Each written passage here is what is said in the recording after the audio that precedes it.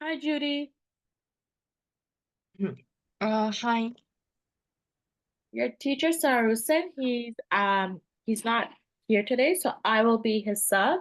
He gave me all the PowerPoint and he told me what you've been learning. So we're just gonna go on from that. Is that okay? Okay. Did you any homework last weekend? Last week? No. No homework? Okay, that's fine. Okay, let's start. So we're gonna go through our table of contents. So we're gonna have a vocab section, a book discussion, a short story, and then we're going to go over mood and tone. And then we're also going to go over literary devices. I'm hoping that we reached mood and tone at least. If we don't cover literary devices, that's okay because next week Sarusen will cover it, okay? Okay. All right, let's go into our vocab. So can you first pronounce the first word? Uh, Deprivation. Deprivation, yes. Um, I teach vocab differently. I like when the student reads the sentence and tries to guess what the meaning is. So can you read this example for me? Example, in this case, the official cause of death he wrote was anoxia, deprivation of oxygen to the brain, as well as an acute disturbance to the composition of the blood. So what do you think that word means? Uh,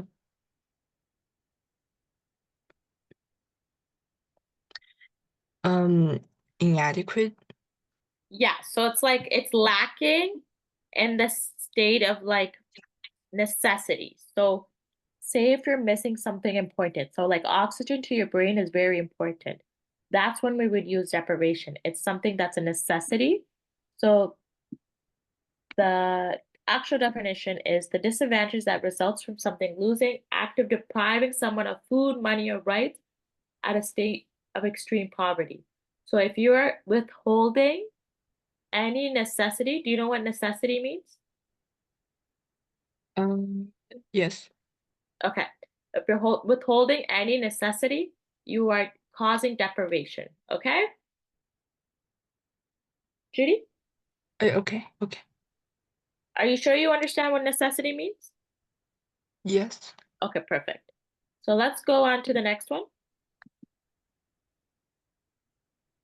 Um, Flamboyant. Flamboyant. Can you say it with me? Uh, Flamboyant. Good job. Okay, so let's read the example. Okay. Example. Their hoods and thick coats make them look like the fat iguanas. Iguanas. It's a type of lizard. Okay. Iguanas that cling to the bright red flamboyant trees back home. So what do you think that means? Um.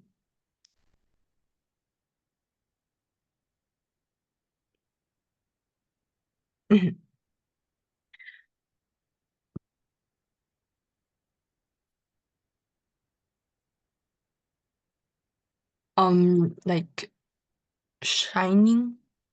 Close. It's essentially shiny, but it means like it's confident. It's a loud color. It's it attracts other people to it. So it's marked by something that is bright, loud, um, confident, stylish. Those are what flamboyant is. If you see a person, a fashion designer, they're usually wearing flamboyant clothing. So what does that mean? Clothing that stands out. Okay? Okay. Now, can you write a paragraph of 5 to 6 sentences using the words deprivation and flamboyant? When you write a paragraph, try to make a story out of it using those words. It's easier to write. Okay? Okay. So I'm gonna start my clock now. I'll check in like 5 minutes.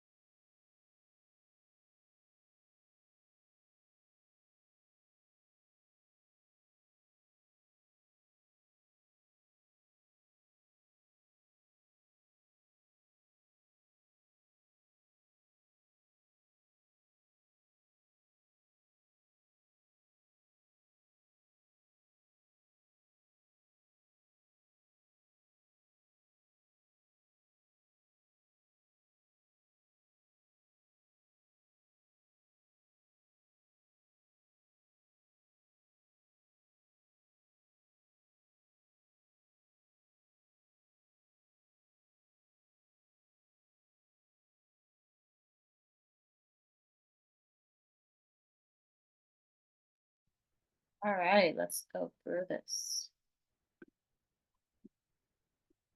Okay, can you read it for me? Anna was an outgoing student who always remained at the top of her class, flamboyant like a treasure. However, things started to change during a math class when she confidently shouted her answer, and the teacher awarded Anna. After she had shouted out her answer, her friend Nico complained about Anna loudly by saying that Anna had responded what she had already answered in her mind instead of speaking out. Although the majority think Anna does nothing wrong, this event causes a deprivation in Anna's confidence. Good job. There's a couple things. Anna was an outgoing who remained at the top of her class, flamboyant like treasure. Okay. However, things started to change during math. Uh, okay, so you know how you say Anna was going outside as an outgoing student who remained at the top of the flamboyant like treasure?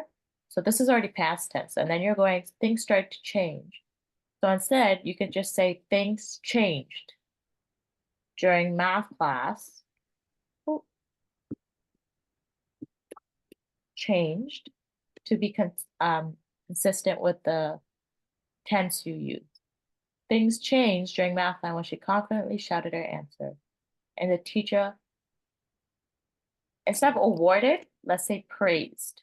So she's saying a lot of good things. We're saying a lot of good thing about Anna in front of the class. So the teacher praised Anna. After she shouted out her answer, her friend Nicole complained about Anna loudly. So we can say loudly complain about Anna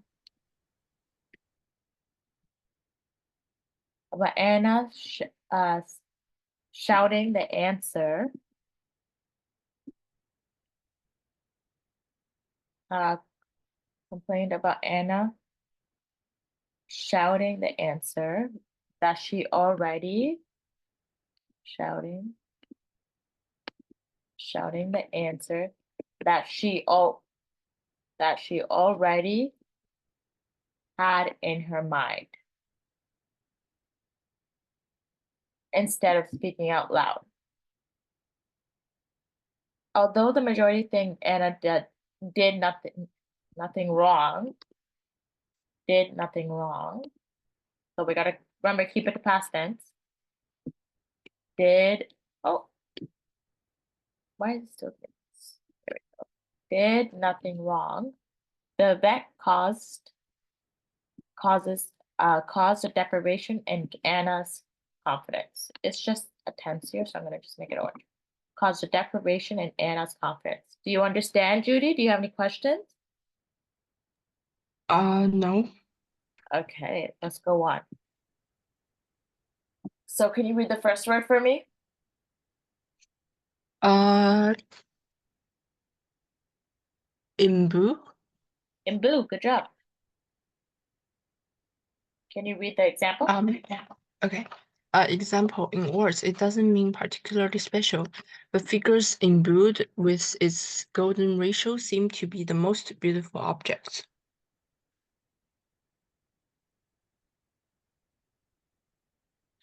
Um,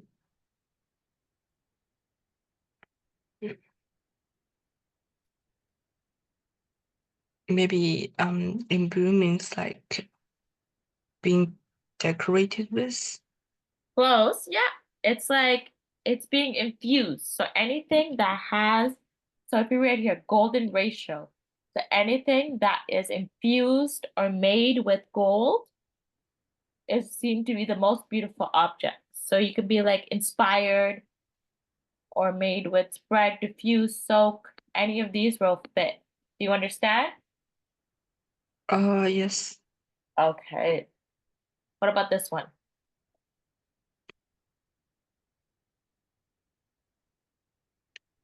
Uh, elucidate. Good job. And what does it mean? example, his particular Niche. niche and gift as a writer to elucidate a chef's obsession with the demystified kitchen methods in straightforward language.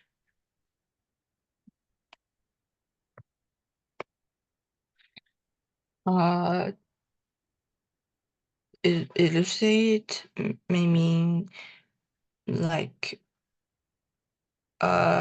explaining something or Good like job. to describe. Yeah, good job. So it's to explain something, make something more clear. So it means to make something more clear and understandable when you're talking to other people.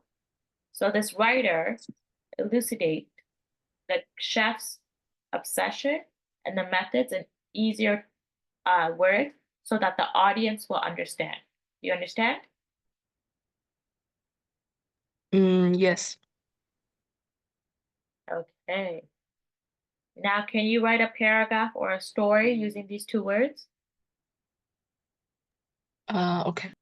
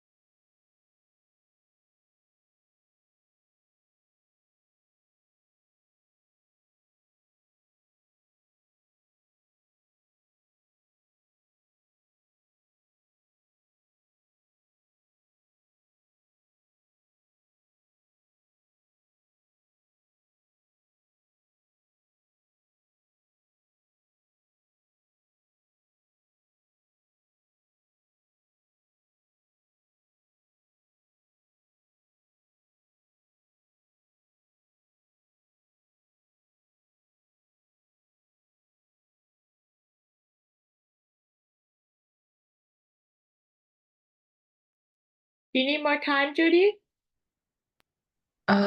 Almost. Okay.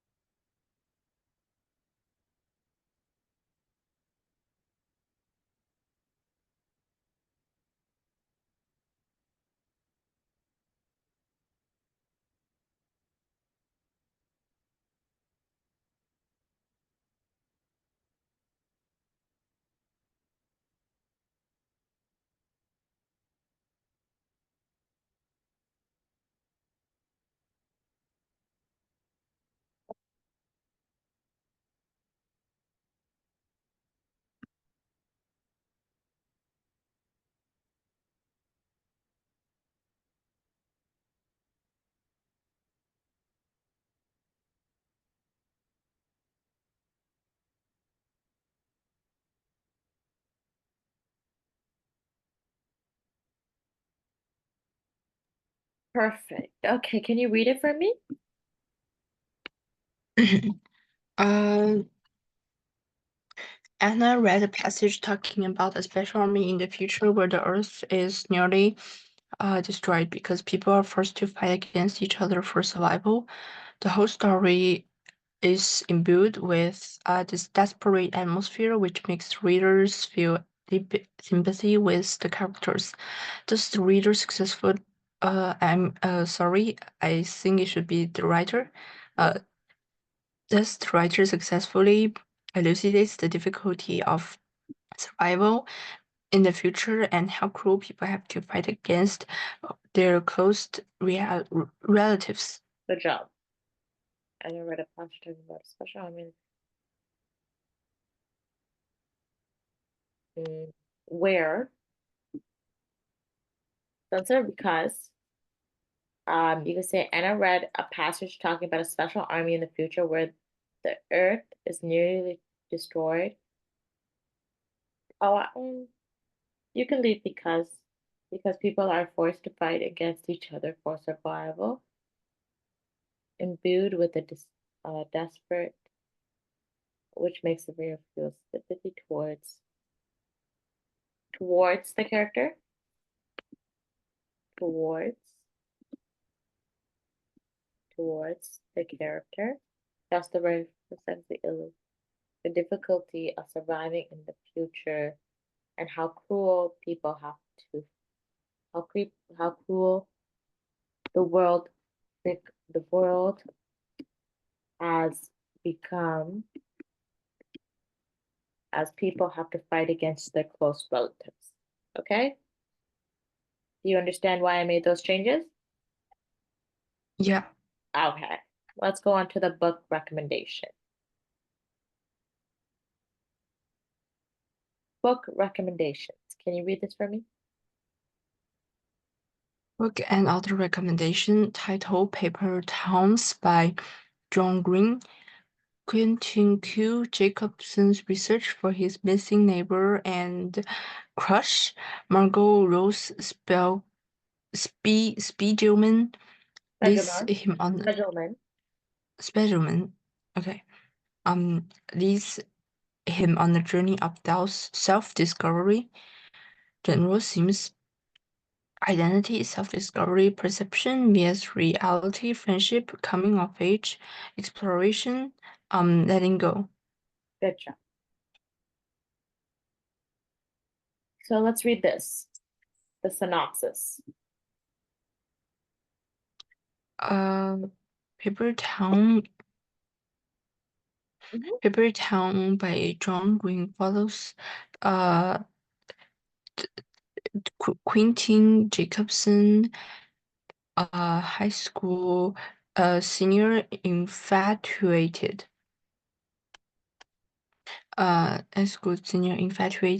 with his enigmatic neighbor, Margot Rose Spelman. After a thrilling night of revenge, Margot disappears, leaving cry-tip clues for the Q to decipher. Um, Determined to find her, Yi embarks on a quest that lead him to questions everything he thought. Everything he thought uh, he knew about Margot and himself. As Q delves deeper into the mystery, he enlists his friends Ben and Ryder, discovering paper towns, fake places on maps, symbolizing Margot's constructed identity and their superficial suburban life. Through this journey, Q learns the importance of seeing people as they truly are rather than I- idealizing them, ultimately realizing they must let go of his ideal version of Margot for both of them to move forward. Do you know what the word idolizing means? Uh, yeah, um, very very close to the perfect solution. Well, yeah, so it's like they're looking at someone in a like they're the most perfect person here. So Q is looking at Margot as the most perfect woman out there, and he doesn't understand that that's just his mind playing games. He needs to understand reality. Okay? I just want to make sure you understood. So let's move on. Okay. Let's go over identity and perception. One of the themes of the book.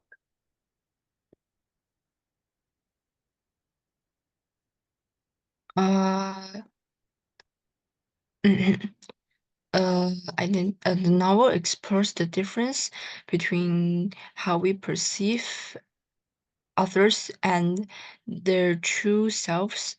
Quilton's journey is as much about discovering Margot's true identity as it is about understanding his own, questioning how do our perceptions of others shape our relations with them, and what happens when we realize those perceptions are inaccurate. Good job.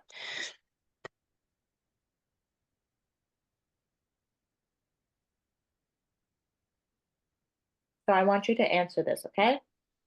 You Okay. understand the question? Yeah. Okay. I'll give you like 7 minutes for this.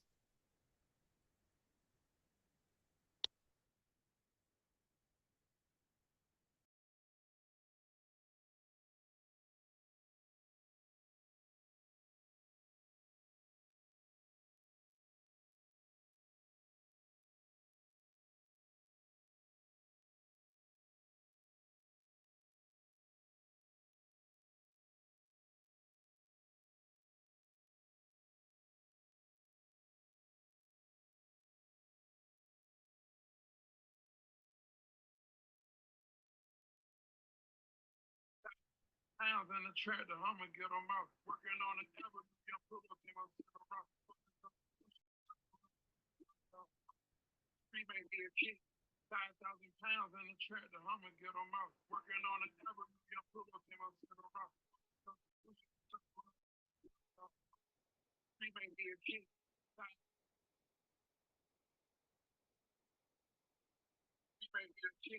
5,000 pounds in the track, the Hummer get them out. Working on the avenue, young Pluto came out to the rock. Pushing bitch up,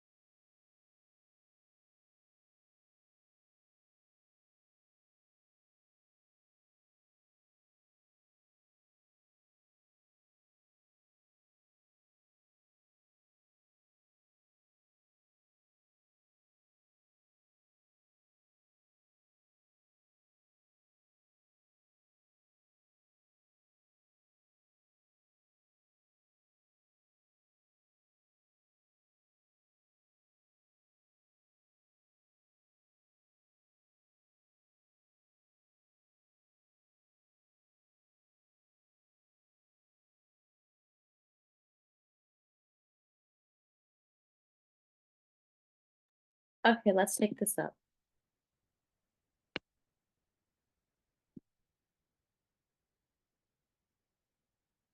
Can you read it for me? Our perception of others may cause us to think wrongly about others' characteristic. It may eventually cause us to break up with one another after we realize we have a wrong perception, as we might have a sense of being cheated. Yes, good job.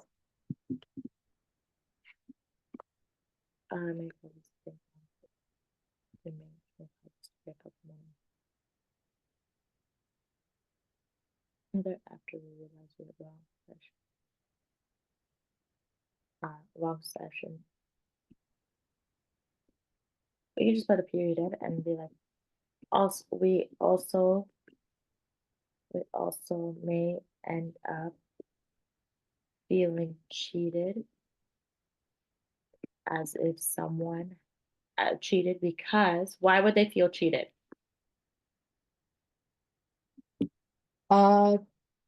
Because they will find out that others' real characteristic is not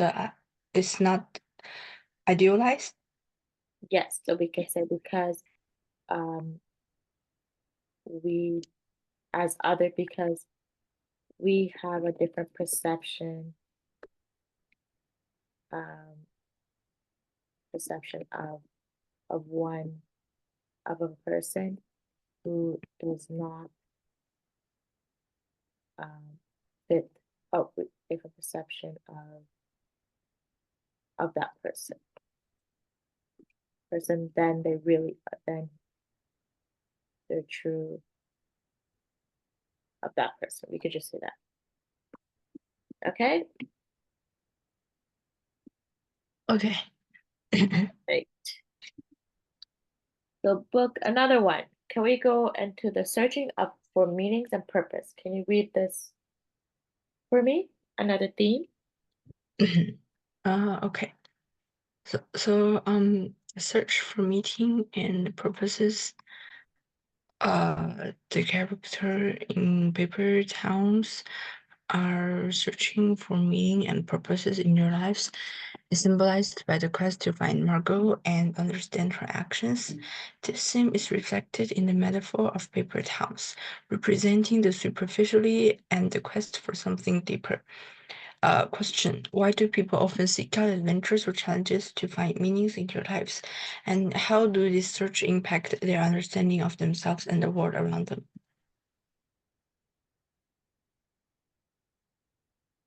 So, can you answer this question for me? Why people often seek out adventures or challenges to find meanings in their life and how it impacts their understanding of the someone, the world around them?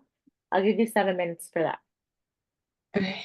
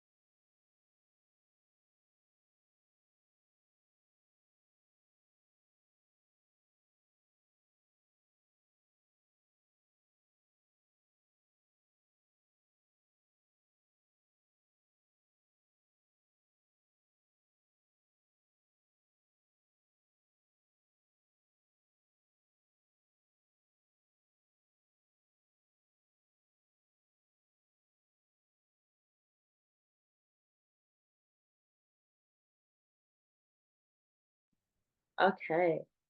Can you read it for me, Judy? Uh, because through adventures and challenges, people can have a new idea or concept about what they are living for, and also the meaning of their life. This search will impact their understanding of themselves and also the world around them, because they will have a much better eye view and will think deeply about themselves, their values or the things around them, such as whether certain things are worthy to them or do they need it. Okay. Okay, so people, so don't never start a paragraph with because. Okay, Judy? Okay. So we can just say people seek out adventures and challenges because,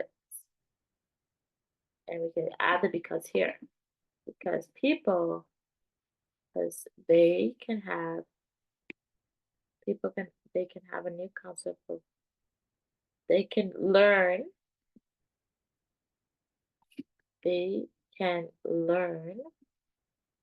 new ideas,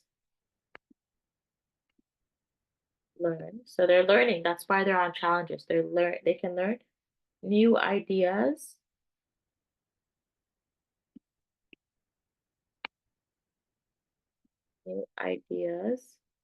or concepts about what they're living for. And also the meaning of their life. This search will impact their understanding of themselves and the world around them because they will have a much better understanding of the world, will have a better understanding of the world,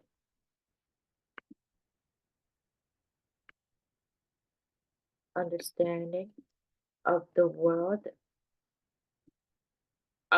world and society, and will think deeply about themselves and their values, and will think deeply about themselves, about themselves, values, and the people they surround themselves with. It's interesting. Okay, their values.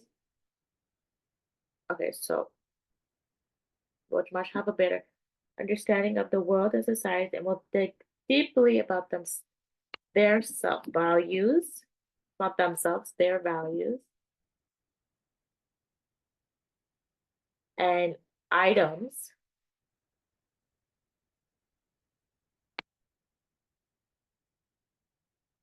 You can say tangible items. Do you know what the word tangible means? Yes. Items. Their values and tangible items they surround themselves with as the meaning of their life changed after certain challenges, after experiencing challenges and new adventures. Okay, Okay. good job. All right, so let's go into our short story, The Nightingale and the Rose by Oscar Wilde. Can you read this for me? She said she would dance with me if I brought her red roses, replied the young student. But in all my garden there is no red rose. From her nest in the holm oak tree, the nightingale heard him, and she looked out through the leaves and wondered. No red rose in all my garden, he cried, and his beautiful eyes filled with tears. On what little things do happiness depend? I have read all that wise men have written, and all the secrets of philosophy are mine. Yet for want of a red rose is my life made wretched. Wretched. Here at last. What? Made wretched. Okay, wretched. Here at least is a true lover, said Nightingale. Night after night have I sung for him, though I knew him not. Night after night have I told his story to the stars, and now I see him. His hair is dark as the hyacinth blossom. And his lips Hyacinth. hyacinth. Yep. Blossom. What does this mean? What does that mean? It's a type of flower. Okay. Let me see if I can show you the flower. It's this type of flower. Do you see it? Yes. Yes, that's the flower he's talking about. So when he says his hair is dark as the hyacinth blossom, he's saying that flower. Okay.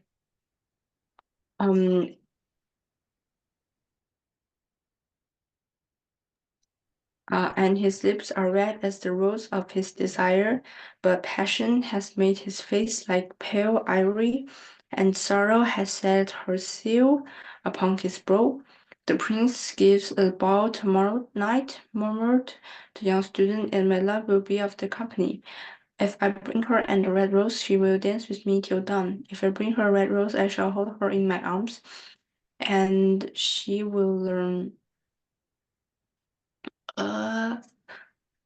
And she will learn. And she will lean her head upon my shoulder, and her hand will clasp in mine. But there is no red rose in my garden, so I shall sit lonely, and she will pass me by. She will have no heed of me, and my heart will break. Here indeed is the true lover, said the nightingale. If what I sing of he suffers, what is joy to me to his pain. Surely love is a wonderful thing. It is more precious than ermites and dearer than final opals. Pears and pomegranates cannot buy it, nor is it set forth in the marketplace. It may not be purchased of the merchants, nor can it have weighed out the balance for the gold. The musicians will sit in the gallery, said the young students, and play upon their stringed instruments, and my love will dance to the sound of the harp and the violin. She will dance so lightly that her feet will not touch the floor, and the courtiers in their festive dresses will throng round her, but with me she will not dance, for I have no red rose to give her. And he flung himself down on the grass and buried his face in his hands and wept. Why is he weeping? Asked a little green lizard, as he ran past him with his tail in the air. Yep, keep going, sorry. Okay, sorry, I'm just gonna keep this, copy this. All right, there you go. Keep going. Why indeed, said a butterfly who was fluttering about in sunbeam. Why indeed, whispered a daisy to his neighborhood in a soft, low voice. He is weeping for a white rose, said the nightingale. For a red rose, they cried. How very ridiculous, said the little lizard, who was something of a cynic, laughed outright. But the nightingale understood the secret of the student's sorrow, and she sat silent in the oak tree, the thought about the mystery of love. Suddenly she spread her own brown wings for flight and soared into the air. She passed through the grove like a shadow, and like a shadow she sailed across the garden. In the center of the grass plot was standing a beautiful rose tree, and when she saw it, she flew it over and lit up a spray. Give me a red rose, she cried, and I will sing you my sweetest song. But the tree shook its head. My roses are white, it answered, as white as the foam of the sea, and whiter than the snow upon the mountain.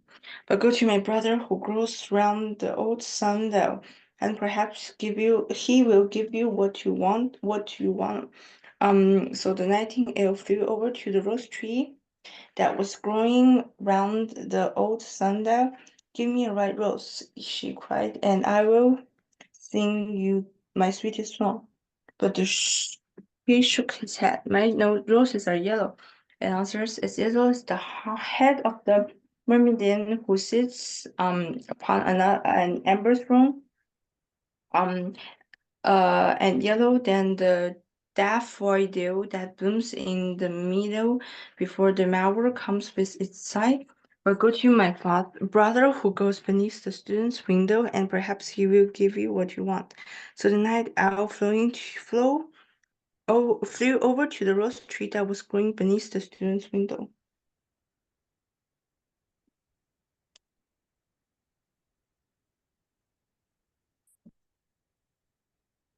Uh, but the tree shook its head. My roses are red, it answered, as red as the feet of the dove, and the redder than the greated fans of coral that wave and wave in the ocean cavern. But the winter has chilled my wings, and the frost has snipped my buds, and the storm has broken my branches, and I shall have no roses all this year. One red rose is all I want, cried the nightingale. Only one red rose. Is there no way by which I can get it? There is a way, answered the tree, but it is so terrible that I dare not tell it to you. Um, Tell it to me, said the nightingale. I am not afraid. If you want a red rose, said the tree, you must build it out of music by moonlight and sting it with your own heart bloods. You must sing to me with your breast against the throne. All night long you must sing to me, and must the throne must Pierce. pierce your heart, and your life blood must flow into my veins and become mine. Death is a great price to pay for a red rose, cried the nightingale, and life is very dear to all. It's pleasure to sit in the green wood and to watch the sun in his blue bell set high in the valley and the heather that blows on the hill. Yet love is better than life, and what is the heart of a bird compared to the heart of a man? So she spread her brown wings for flight and soared into air. She swept over the garden like a shadow, and like a shadow she sailed through the grove. The young student was still lying on the grass where she had left him, and the tears were not yet dry on his beautiful eyes. Be happy, cried the nightingale, be happy. You shall have your red rose. I will build it out of music by moonlight and stain it with my own heart blood. All that I ask you in return is that you will be a true lover. For love is wiser than philosophy, though she is wise and mightier for the power. Though he is mighty, flame-colored are his wings, and colored are like flames in his body. His lips are sweet as honey, and his breast is like frankincense.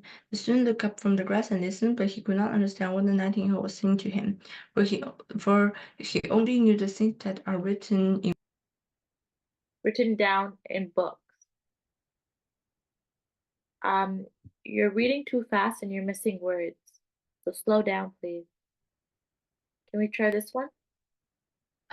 But the oak tree understood and felt sad, for he was very fond of the little nightingale who had built her nest Nightingale, in her not nightingale. what?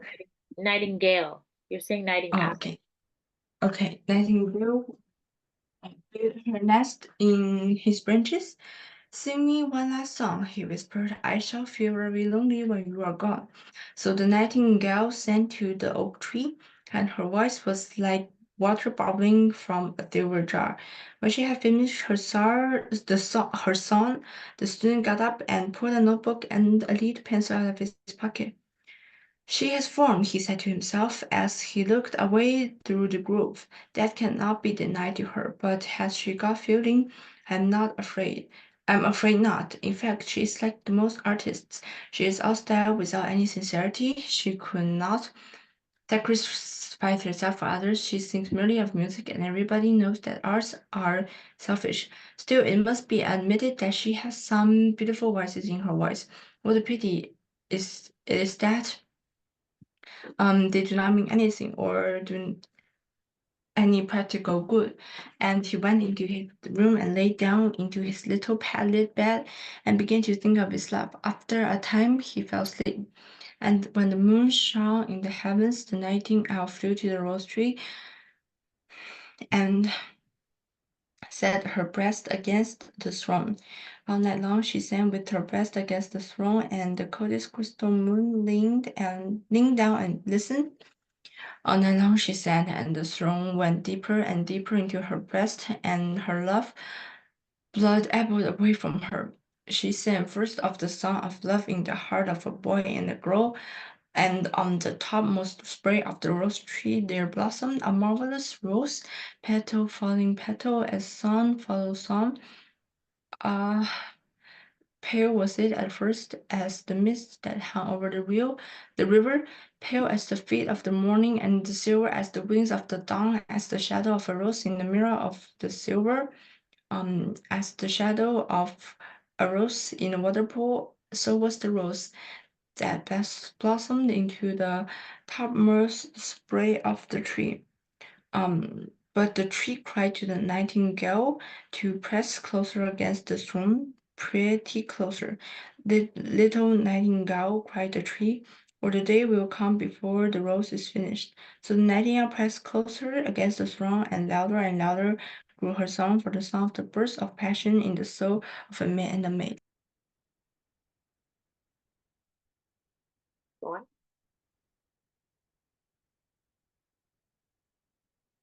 on.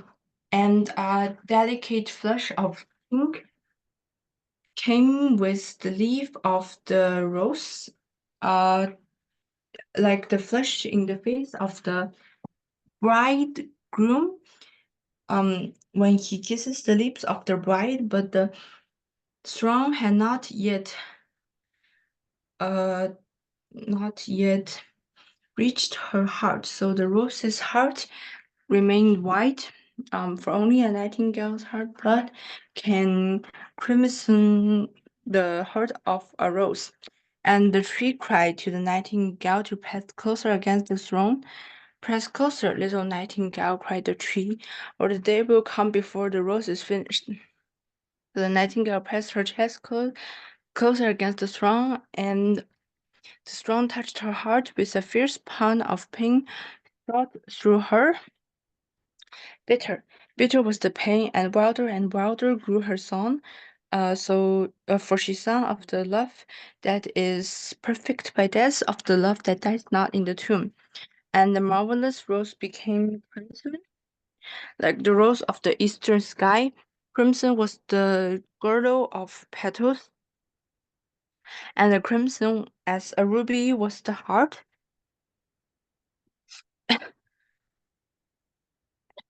The nightingale voice grew fainter, and her little wings began to beat, and a film came over her eyes. Fainter and fainter grew her song, and she felt something choking her. Then she gave one last burst of music. The white moon heard it, and she forgot the dawn, and lingered on into the sky. The red rose heard it, and it, it all over with ecstasy. What is it? So ecstasy is basically, how can I explain this in simpler terms? It's like an overwhelming feeling of happiness and joyful excitement. Okay. Um, and opened its petals to the cold morning air. Echo bore, Echo bore it to her purple caravan in the hills and woke the sleeping shepherds from their dreams. It floated through the reeds of the river, and it carried its message to the sea. Look, look, cried the tree, the rose is.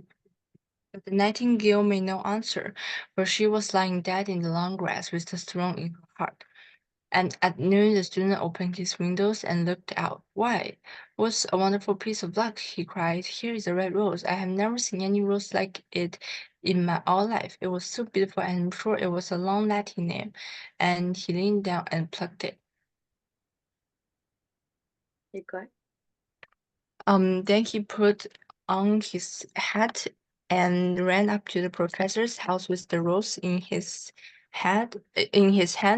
The daughter of the professor was sitting in the doorway, winding music on the reel, and her little dog was lying at her feet. Um You said that you would dance with me if I brought you a red rose, cried the student. Here is the reddest rose in our world. You will wear it tonight next to your heart. As we dance together, it will tell you how I love you. But the girl frowned. I'm afraid it will not go with my dress, she answered, and besides, the Chamberlain's nephew has sent me some real jewels, and everybody knows the jewel cost far more than flowers. Well, upon my word, you are very ungrateful, said the student angrily, and he threw the rose into the street, where it fell into the gutter, and a cartwheel went over it. Ungrateful, said the girl. I tell you what, you are very rude, and after all, who are you? Only a student. Why, I don't believe you have ever got silver buckles to your shoes, and the Chamberlain's nephew has, and she got up from her chair and went into the house. What a silly thing love is, said the student as he walked away. It is not half as useful as logic, for it does not prove anything, and it is always telling one of things that are not going to happen and making one believe things that are not true. In fact, it is quite unpractical, and as at in this age, to be practical is everything. I shall go back to philosophy and study metaphysics. So he returned to the moon and pulled out a great dusty book and began to read. Okay. Can you read number 2? What's number 2? How does the other animals beside the nightingale respond to the student's grief? What's the answer? Uh,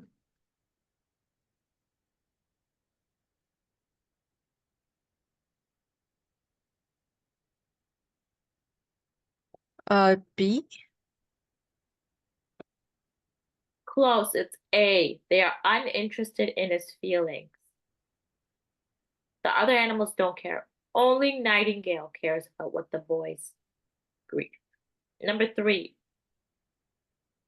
Oh, sorry. Number 2 is B. You're correct. I read the wrong answer. They think he's foolish. Good job. And number 3, why does the student want a red rose so badly?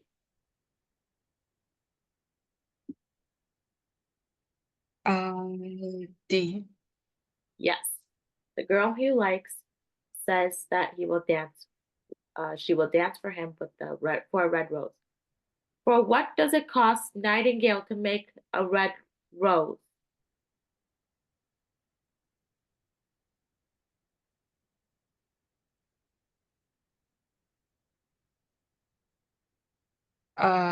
C. Good job. His life. And number 5, which statement about the student is true?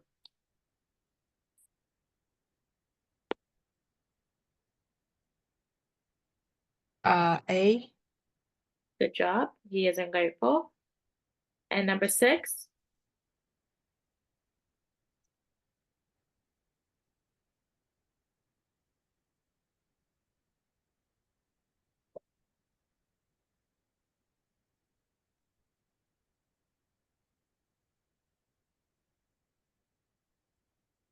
which is the correct order of events?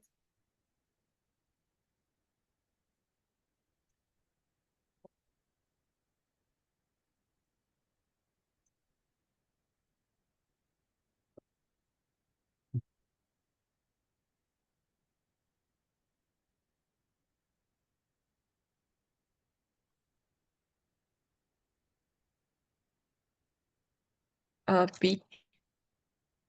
Uh, yep, that's correct. Good job.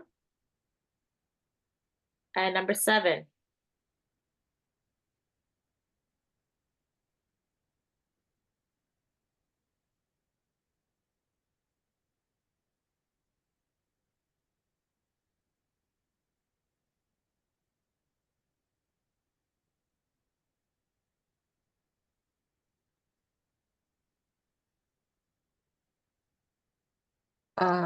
D. yes, good job. And 8.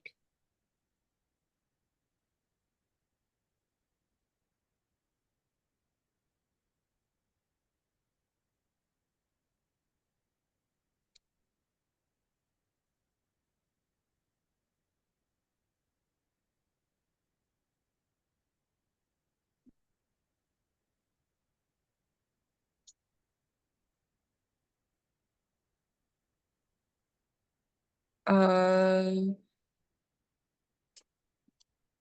Good job.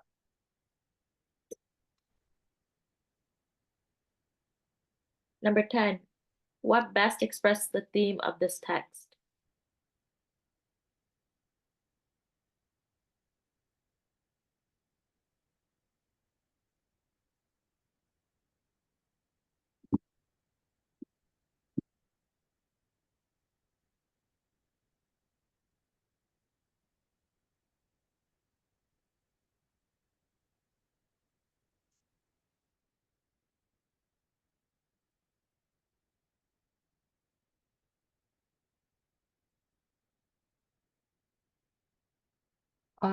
D. Good job. Now, can you write what lessons does this text teach you, and how does it teach you this lesson? So I'm going to give you 10 minutes, and I want 10 sentences. So I want you to figure out the lesson. Then I want you to give 3 reasonings why you think it's the lesson, okay? Okay.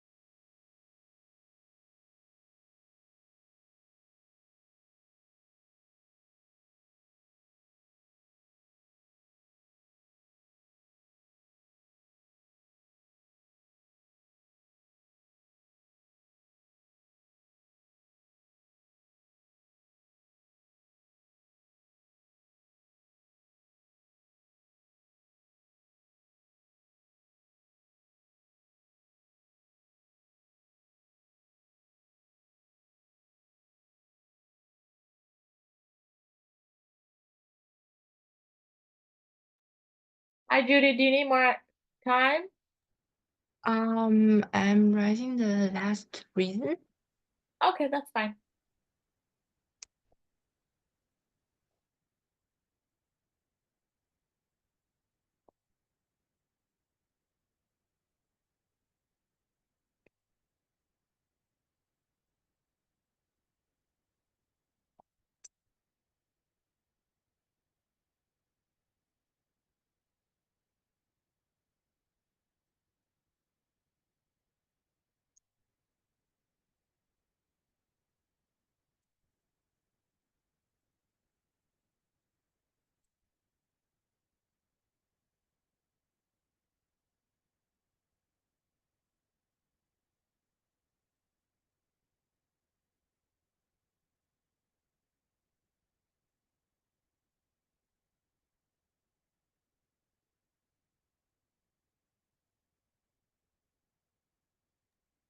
Okay.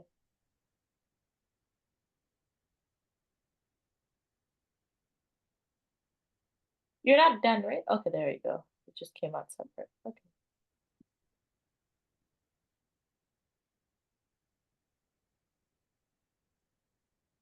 All right. Can you read this for me? The first lesson is that true love may not be appreciated. In the story, the nightingale was willing to give out his life in exchange for a red rose so the student could use the rose to dance with the girl. However, instead of appreciating him, the student criticized him for not understanding how to make full use of himself. Also, the girl didn't appreciate the student's true love as well and chose a much wealthier person. Last but not the least, the other animal also teased the student's true love. The second lesson is that a person with great determination can achieve their purpose. The nightingale flew to 3 places to find a red rose so the student could use it to invite the girl to dance, and he eventually did find it. What's more, he is willing to sacrifice his love to achieve his purpose, which is to make a red rose blossom. Eventually, the student sought for day and night about the red rose, and he finally got it despite it being in exchange for the nightingale's life. Okay. Okay. The first the innocent.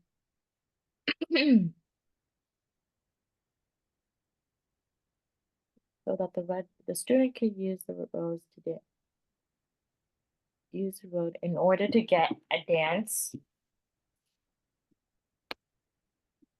In order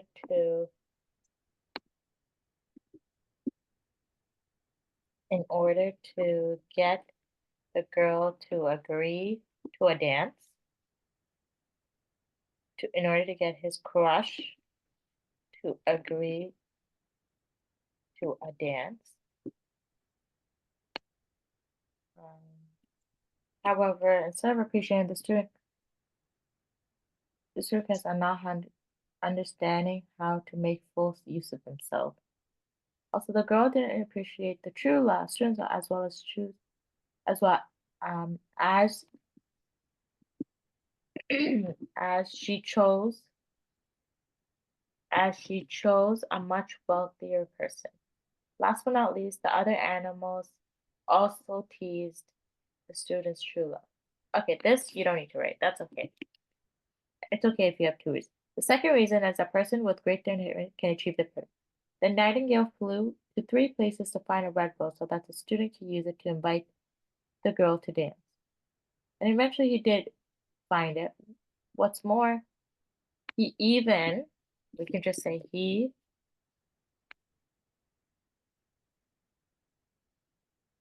even was willing to sacrifice his life to achieve this purpose, which made the red rose bloom.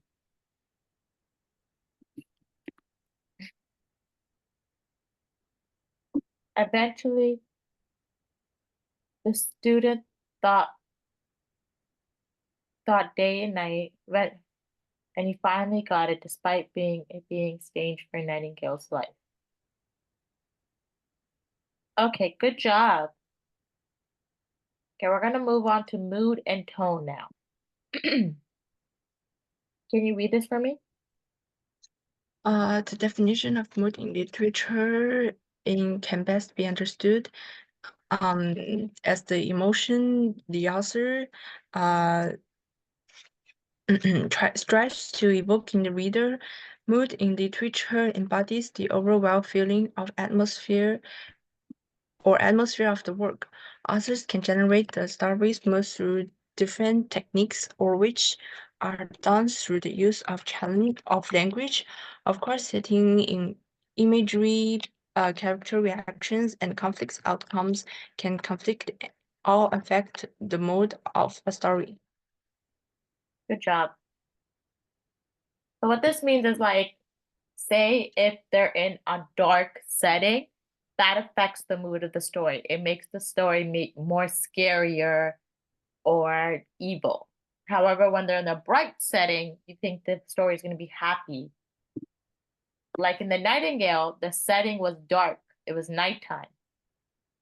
So that gave the illusion, set the mood for the story. It was more of an evil, a dark story upon us. Now let's go into tone.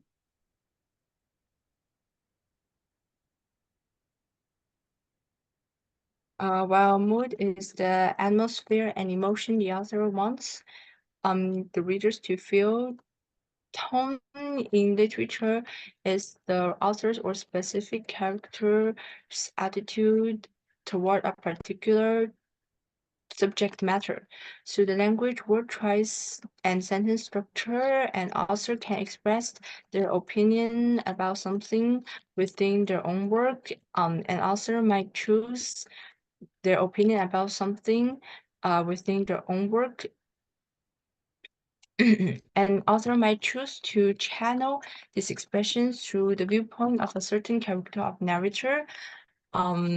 This tone in literature brings the readers a little closer to the authors or characters whose viewpoints are being expressed. The tone lets the reader in on the author or character's disposition and personality. Okay. Do you understand tone? Yes. Okay. So now mood versus tone in literature. Can you read this for me? Ultimately, mood and tone can be understood as the emotion the author wants their audience to feel and the emotion they feel. Mood in literature is the overall emotion and the author intends to feel while reading the book. Tone is the author own opinion or a specific character's opinion of a subject matter seeping through the language. Good job. So let's go into our exercises. Identifying the tone. Can you read this for me?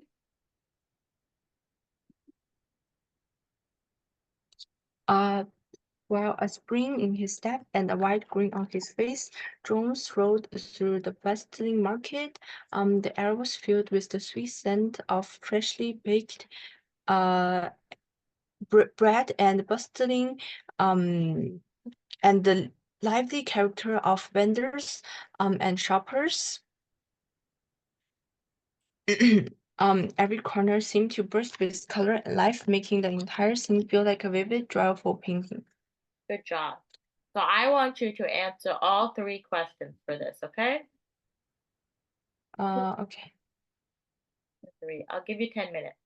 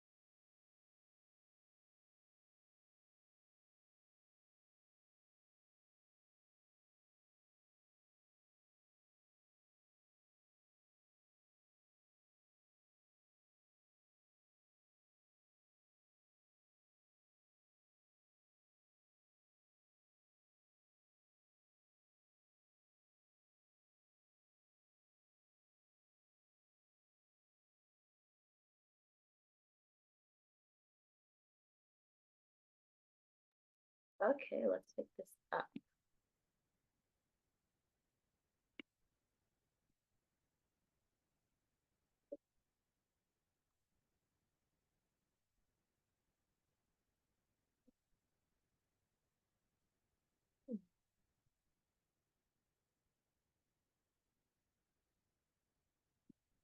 Wait, can you read this for me, Judy?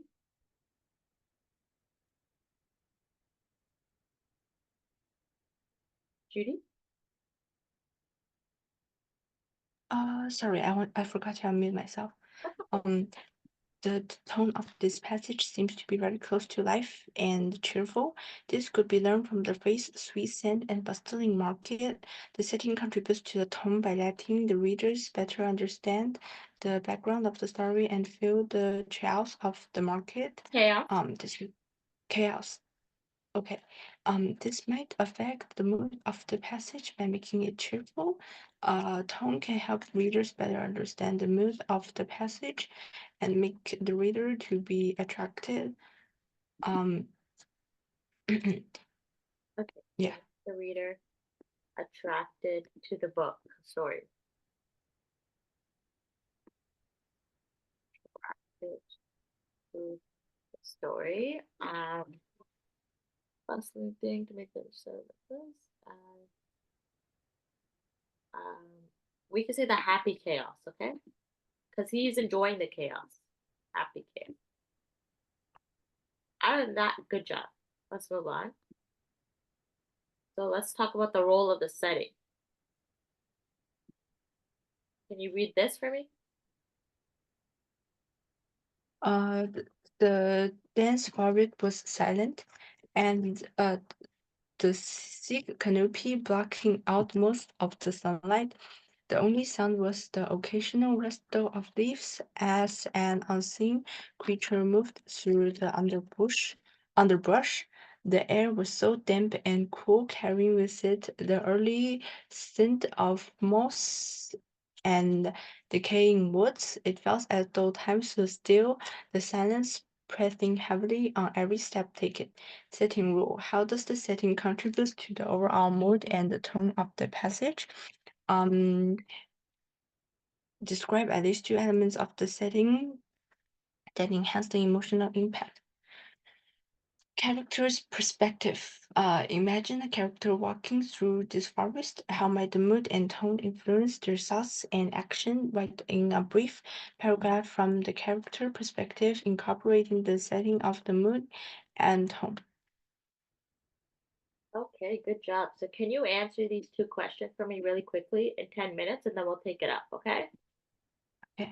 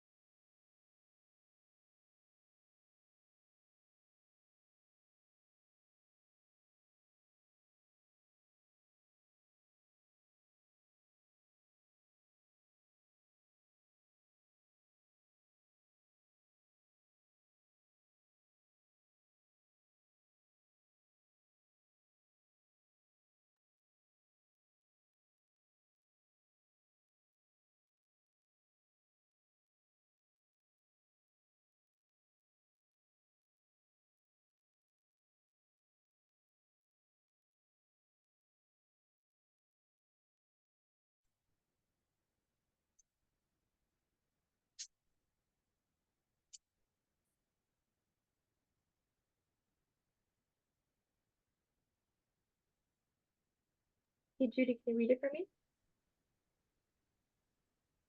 From unseen creatures moving under the bush, the air was damp and cool. We can feel the overall mood and tone were quite down and a little desperate. Anna was walking through a damp and cool forest, which made her feel scared and uncomfortable. There seemed to be unseen creatures moving under the bush, and she was afraid that the creature would jump out suddenly and attack her.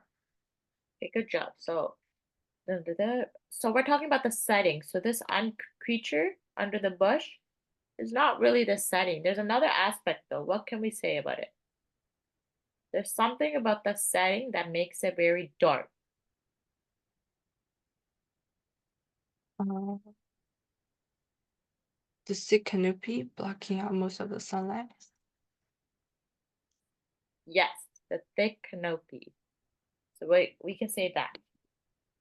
Or we could say the decaying wood. That's also a good option. But so let's take this out and write that in. Da-da-da.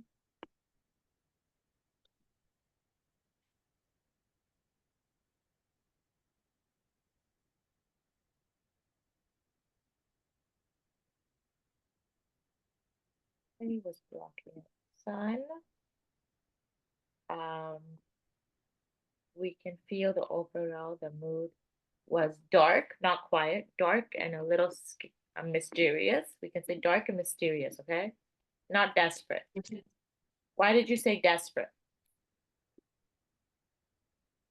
Because there's no light and in like everything is unknown. Yes, so that can be, it's not desperate, that would be mysterious, okay? Or unknown. Or we could say scary. It's not desperate. Desperate means like there's a character looking for something, but there's no character. We're talking about a setting, right? And then Yeah. when you're talking about Anna, this is good. You can see that Anna is desperate, but we're not talking about Anna as a character. We're talking about the setting. Do you understand? Yeah. All right, let's go into literary devices.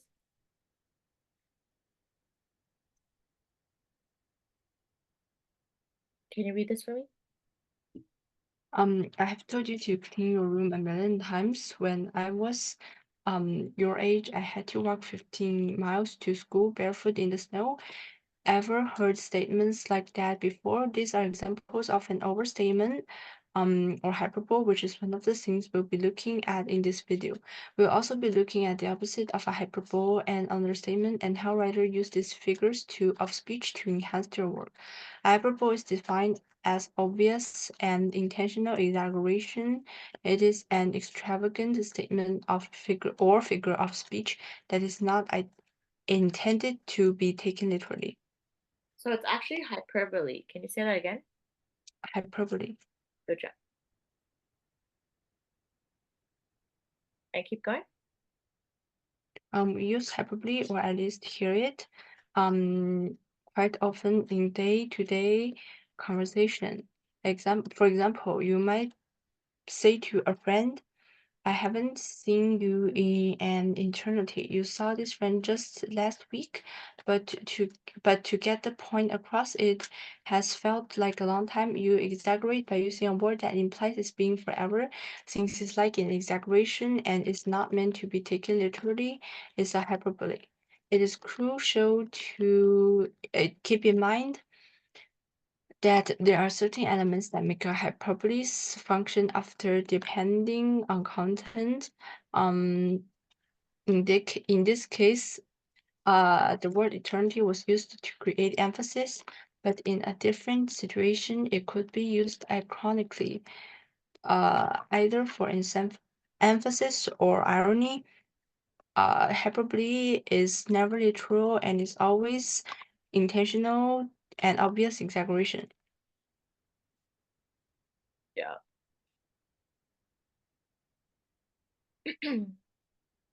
So these are some I'm so examples. hungry. Okay. I'm so hungry I could eat a horse. Explanation: the speaker is extremely hungry, but obviously they cannot actually eat a horse. I have told you a million times. Explanation: the speaker has told the listeners something many times, but not literally a million times. She cried a river of tears. Explanation: she cried a lot, but not literally a river. Job. And let's talk about understate. Instead of exaggerating an understatement, working up, diminish, or minimizing the fact of or situation at hand. Without content, these statements appear to be normal. Understatement is often humorous and usually ironic. However, it can also be used sincerely in everyday speech for speaker to minimize or downplay the situation. Take the following example. We have had better games after losing 70-0. The football player could be commenting on how terrible the game went in a humorous way or humorous way, or he could be minimizing the importance of the loss in an attempt to distract from the terrible score so he could move on. Good job. Example, I have got a nice place here. He said, his eyes flashing about Keep going. restlessly. Turning around by one arm, he moved a bow flat hand along the front visa, including in its sweep a sunken Italian garden. Including in its sweep. Sweep a sunken Italian garden, a half arc of deep pungent roses, and a snub-nosed motorboat that bombed the tide offshore.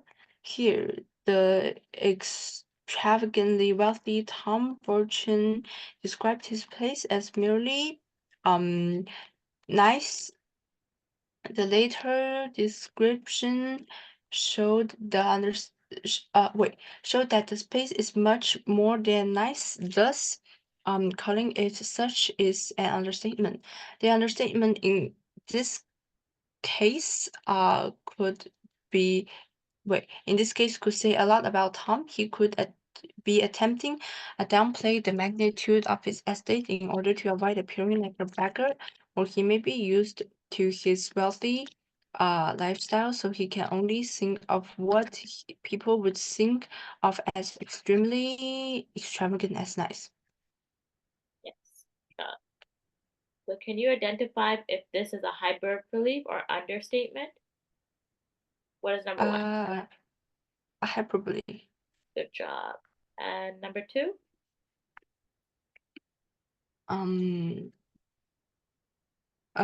Understatement. Good job.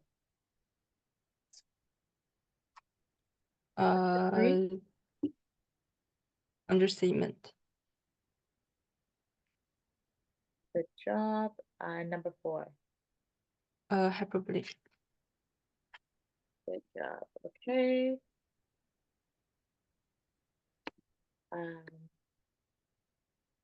So this is going to be your homework, okay?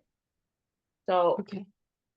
exercise. So it's identify whether it's a hyperbole or understatement. I need you to write a short story based on the image on the right. This image.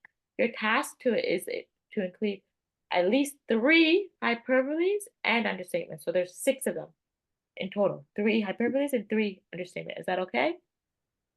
Okay. Okay, so class is ended. Next week, Saracen will take this up and we'll go from there, okay? Okay. Thank you. Bye. Bye.